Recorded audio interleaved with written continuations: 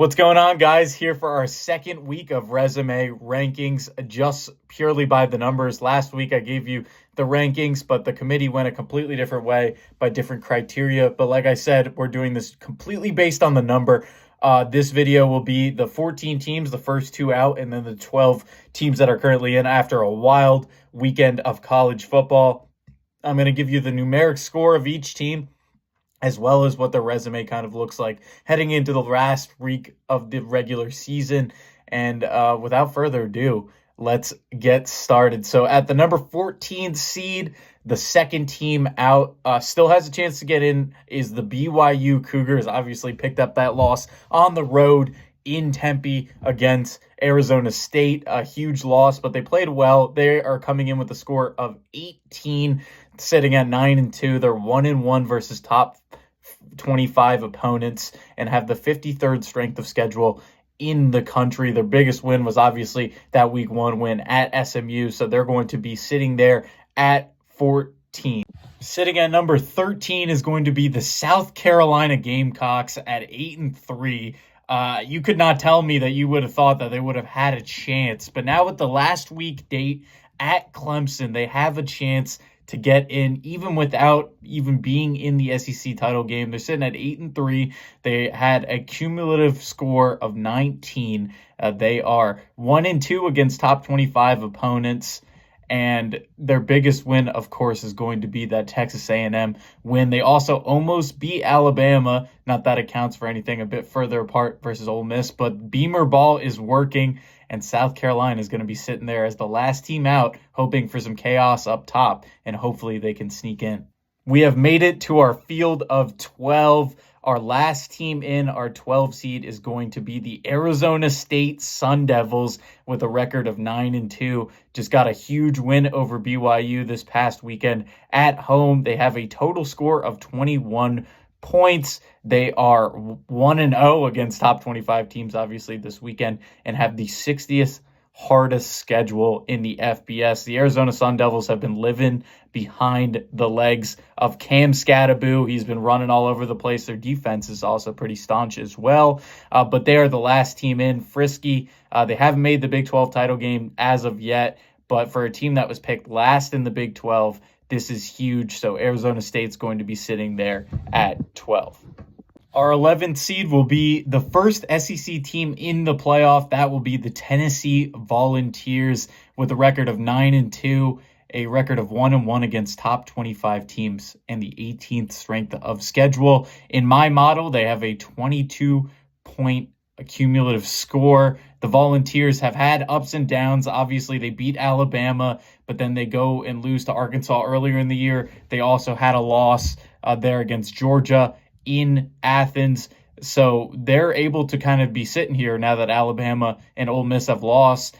They actually won the most, I would say, out of these teams, now sitting here with 2 losses, and they are currently the 11th seed. Josh Heupel and Nico, that offense is explosive, and that defensive line is a beast as well. So the Tennessee Volunteers take the 11th spot.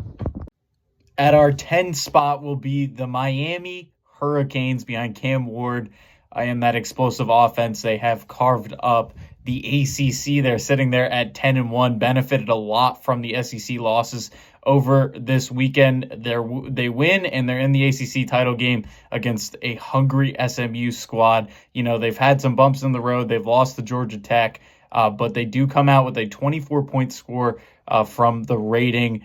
They do have no wins, no losses against ranked teams, in the 54th strength of schedule in the ACC. So they have stumbled a little bit. They were down big against Cal.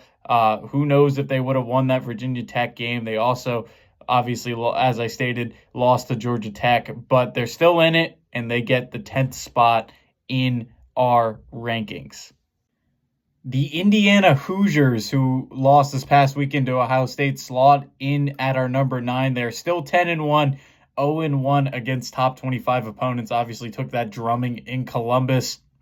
They also have the 106th strength of schedule. However, they have beaten the teams that were put in front of them, and they've beaten them by a lot. And you can't really count against that, since it was a top 5, not even top 25 loss to Ohio State.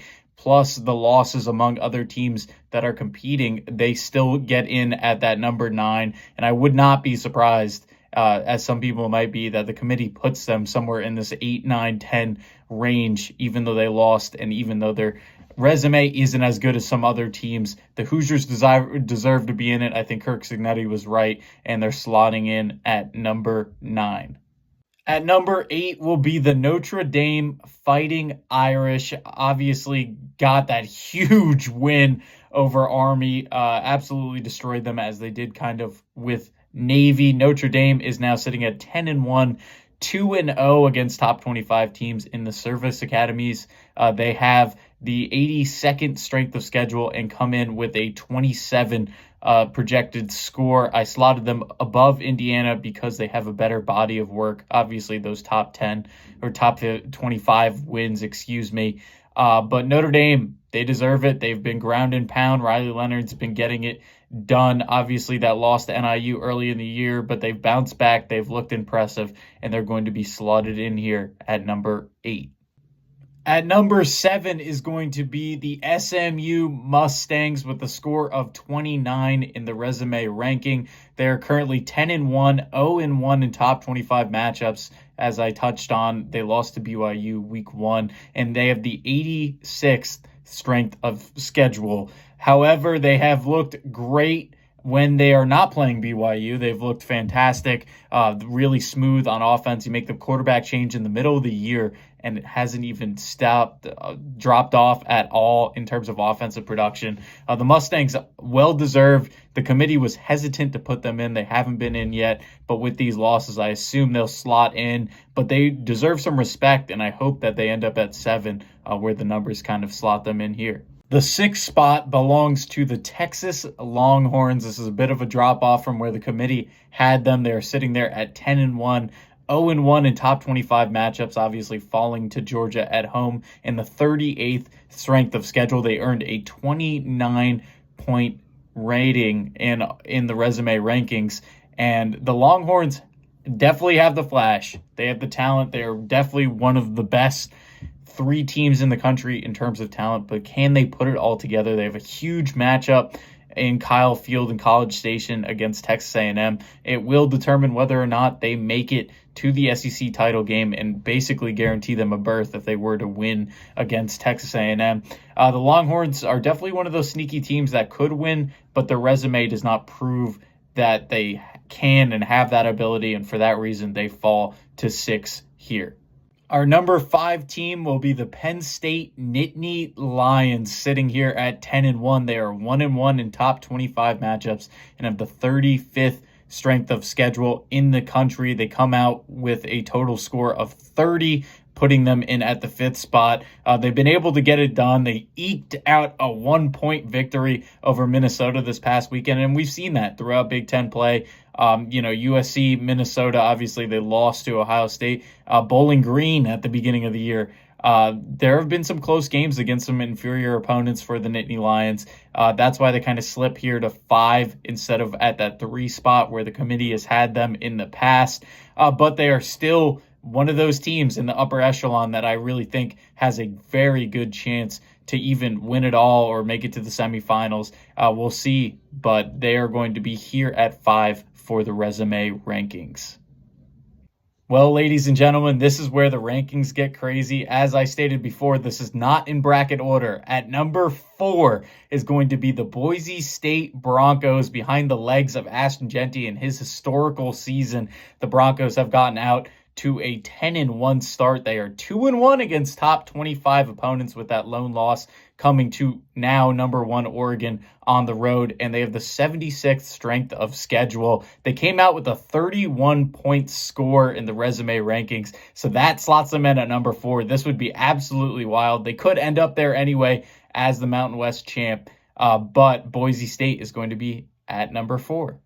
Like I said, I went fully based on the numbers, no opinion, no bias in here. At number 3, the Georgia Bulldogs at 9-2 with a 2-loss team. That's how good the resume is, folks.